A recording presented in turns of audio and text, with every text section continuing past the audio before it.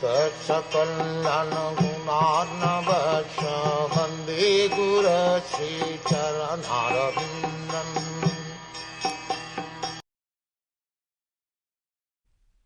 The Bhagavad Gita says that out of many thousands of human beings, one may try to make perfection of his life. Man is an animal, but he has one special prerogative, rational thought. What is that rational thought? Reasoning power, argument. Now, reasoning power is there in dogs and cats as well. Suppose a dog comes up to you. If you say, "Hut," he'll understand. The dog will understand that you don't want him. So, he has some reasoning power. But what is this special reasoning power of the human being? As far as the bodily necessities are concerned, the reasoning power is there even in the animal.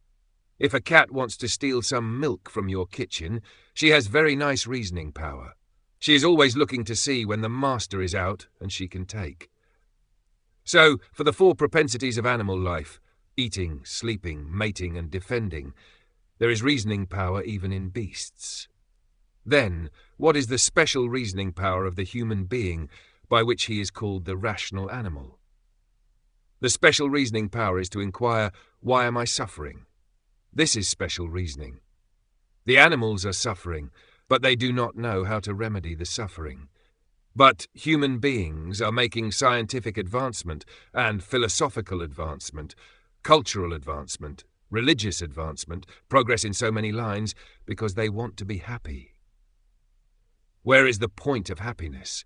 This reasoning power is especially given to the human being. Therefore, in the Gita, Krishna says, "Out of so many men, one may know me." Generally, the people are just like animals. They simply do not know anything beyond the necessities of the body, how to eat, how to sleep, how to mate, and how to defend. And the Bhagavad Gita says, out of many thousands, someone may develop this reasoning power. Why am I suffering? He asks this question. Why am I suffering? We do not want to suffer, but suffering is forced upon us. We do not want too much cold, but too much cold and too much heat are forced upon us. When there is some impetus to awaken this reasoning power, it is called Brahmajinjasa. This is found in the Vedanta Sutra. The first verse says that now, this human form of life is meant for asking the question of how to solve the problem of suffering. So Krishna says that this special prerogative of the human being is not awakened very easily, except by some good association, just as we have this Krishna conscious association. If we attain such association, where nice things are discussed, then that awakening of reason, that special prerogative of the human being, will come. As long as this question does not arise in one's mind, he should understand that whatever activities he is doing will lead to his defeat. He is simply leading an animal life, but not when these questions arise. Why am I suffering? What am I? Am I meant for suffering? Am I meant for troubles? I am undergoing troubles by nature's laws and by the state's laws. So the question of freedom is how to become free from all these troubles. The Vedanta Sutra also says that the soul, my actual self, is by nature joyful, yet I am suffering. Lord Krishna further says that when these questions arise, gradually one comes to God. Those who have awakened to these questions are said to lie on the path of perfection. And when the question of God and our relationship with God comes, that is our final perfection of life. Now, Krishna says that out of many thousands of people, one may try to make perfection of this life, and out of many millions of such persons on the path of perfection, only one may understand Krishna. So understanding Krishna is not very easy. But it is also the easiest. It is not easy, but at the same time it is the easiest. It is the easiest if you follow the prescribed forms. Lord Chaitanya Mahaprabhu has introduced this chanting of Hare Krishna. He has not exactly introduced it. It is in the scriptures, but he has especially propagated this formula. In this age, this is the easiest method of self-realization. Simply chant Hare Krishna. It can be done by everyone. In my classroom, I am perhaps the only Indian. My students are all Americans, and they are taking part in the chanting very nicely, chanting and dancing. That means that in any country, in any place, this can be performed. Therefore, it is the easiest. You may not understand the philosophy of the Bhagavad Gita. That is also not very difficult. But still, if you think that you cannot understand, you can still chant very easily. Hare Krishna, Hare Krishna. If we want to understand God, Krishna, this is the beginning. The easiest beginning, simply chanting. Now there are many students of my ISKCON institution. This institution is open a little over a year, but some of the students, by simply chanting, by the grace of Krishna, have advanced in such a way that they can talk about the science of God, and they will very easily answer those human questions. So, this is the easiest method of transcendental meditation. Krishna says that out of many millions of people, one may understand him. But by chanting of this Hare Krishna, as introduced by Lord Chaitanya, chanting and dancing, you can understand Krishna within a very short time. Knowledge begins not from Krishna, but from things which we are accustomed to see every day. Land is gross. If you touch it, you can feel its hardness. But as soon as the land becomes still finer, it is water, and the touch is soft. And then again, from water to fire, still finer. After fire or electricity, the air is still finer, and after air, the sky, ether, is finer still. Beyond ether, the mind is still finer, and beyond the mind, intelligence is still finer. And if you go beyond intelligence to understand the soul, it is finer still.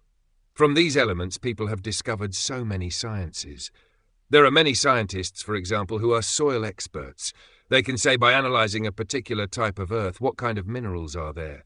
Somebody seeks out silver, somebody seeks out gold, somebody seeks out mica. This is knowledge of gross things, the earth. If you go to finer substances, then you study water, or liquid things, such as petrol and alcohol. Go still finer, and from water you will go to fire and electricity. If you study electricity, you have to study all sorts of books. And from this finer fire, you will come to air. We have so much advancement in our airplanes. We are studying how they move, how they are made. Now, Sputniks and jets. So many things are being discovered. Next comes the study of the ethereal, electronics, ethereal transformations from one thing to another. Then, finer still, is the mind, psychology and psychiatry. But for intelligence, rationalism, there is only a little philosophical speculation. And what about the soul? Is there any science of the soul? The materialists have none. Material science has advanced to the study of the ether, or the mind and intelligence, but there is no advancement beyond that. Beyond intelligence, they do not know what exists. But here in the Bhagavad Gita you can find this. The Bhagavad Gita begins at the point after intelligence. When Arjuna was perplexed at the outset, his intelligence was perplexed, whether to fight or not to fight. Krishna begins the Gita from the point where intelligence fails. How does knowledge of the soul begin? It is just like a child is playing. You can understand this child's body is now so small, but one day this child will be grown up, like you or me. But the same soul will continue. So, by intelligence, you can understand that although the body is changed, the soul is there. The same soul which was existing in the body of the child is still continuing in the body of the old man. Therefore, the soul is permanent, and only the body has changed. This is a very easy thing to understand. And the last change of this body is death. As at every moment, every second, every day, every hour, the body is changing. So the last change is when one cannot act with the body, and so he has to take another one. Just as, when my cloth is too worn out or old, I cannot put it on. I have to take a new cloth. It is similar with the soul. When the body is too old or unworkable, I have to change to another body. This is called death. This is the beginning of the Bhagavad Gita, when the preliminary knowledge of the soul is there. And you will find that there are only a few who can understand the existence of the soul as permanent and of the body as changeable. Therefore Bhagavan, Lord Krishna, says that out of many, many millions of people, one may understand it. But still, the knowledge is there. If you want to understand it, it is not difficult. You can understand it. Now, we should inquire into the existence of the ego, the finest material substance. What is ego? I am pure soul, but with my intelligence and mind I am in contact with matter, and I have identified myself with matter. This is false ego. I am pure soul, but I am identifying falsely. For example, I am identifying with the land, thinking that I am Indian or that I am American. This is called ahankara. Ahankara means the point where the pure soul touches matter. That junction is called ahankara. Ahankara is still finer than intelligence. Krishna says that these are the 8 material elements: earth, water, fire, air, ether, mind, intelligence, and false ego. False ego means false identification. Our nescient life has begun from this false identification, thinking that I am this matter, although I am seeing every day, at every moment, that I am not this matter. Soul is permanently existing, while matter is changing. This misconception, this illusion, is called ahankara, false ego. And your liberation means when you are out of this false ego, what is that status? Aham Brahmasmi. I am Brahman, I am spirit. That is the beginning of liberation. Of course, one may be suffering from disease, from fever, and the temperature may come down to normal, 98.6 degrees. So he is now normal, but that is not the cure. Suppose for 2 days he has a 98.6 degree temperature, but with a slight change of diet, a slight change of behavior, the temperature rises immediately to 100. Relapse. Similarly, simply purifying the mind, rejecting this false ahankara identification, I am not this body, I am not this matter, I am soul. This is not liberation. It is only the beginning of liberation. If you stick to this point and continue, just as you might continue your activities and keep your temperature at 98.6 degrees, then you are a healthy man. For example, in the West, now there is some propaganda for taking intoxication. The people want to forget the bodily existence. But how long will you forget? There will be a relapse. You can forget for 1 hour or 2 by intoxication and think that I am not this body. But unless you are actually on the platform of understanding yourself by knowledge, it is not possible to continue. Still, everyone is trying to think, I am not this body. They have experienced that they are suffering so much on account of bodily identification, and so if only I could forget my bodily identification. This is only a negative conception. When you actually realize yourself, simply understanding that you are Brahman will not do. You have to engage in the activities of Brahman. Otherwise you will fall down. Simply flying very high is no solution to the problem of going to the moon. Nowadays the fools are trying to go to the moon, but they simply go 240,000 miles up from the earth, touch the moon and return. They are very proud. There is so much talk of aeronautics, crowds and meetings and conferences, but what have they done? What are 240,000 miles in that vast sky? If you go 240 million miles, still you are limited, so this will not do. If you want to go high, you must have permanent shelter. If you can take rest there, then you cannot fall down. But if you have no rest, then you will have to fall down. The airplane goes high, 7 miles, 8 miles up from the earth, but it comes down immediately. So, simply understanding ahankara means no more than understanding the false identification. Simply understanding that I am not matter, I am soul, is not perfection. The impersonalist, the void philosopher, simply thinks of the negative, that I am not this matter, I am not this body. This will not stay. You have to not only realize that you are not matter, but you have to engage yourself in the spiritual world.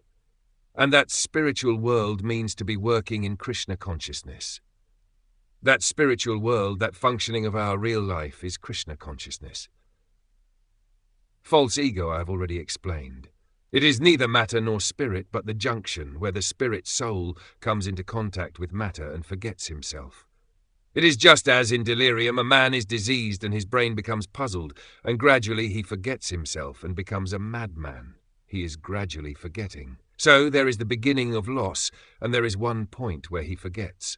That beginning point is called ahankara, or false ego. Chanting the Mahamantra, Hare Krishna, Krishna Krishna, Hare Hare, Hare Rama, Rama Rama, Hare Hare, is the process not merely of putting an end to this false conception of the self, but it goes beyond that, to the point where the pure spirit soul engages in his eternal, blissful, all-knowing activities in the loving service of God. This is the height of conscious development, the ultimate goal of all living entities now evolving through the cycles and species of material nature.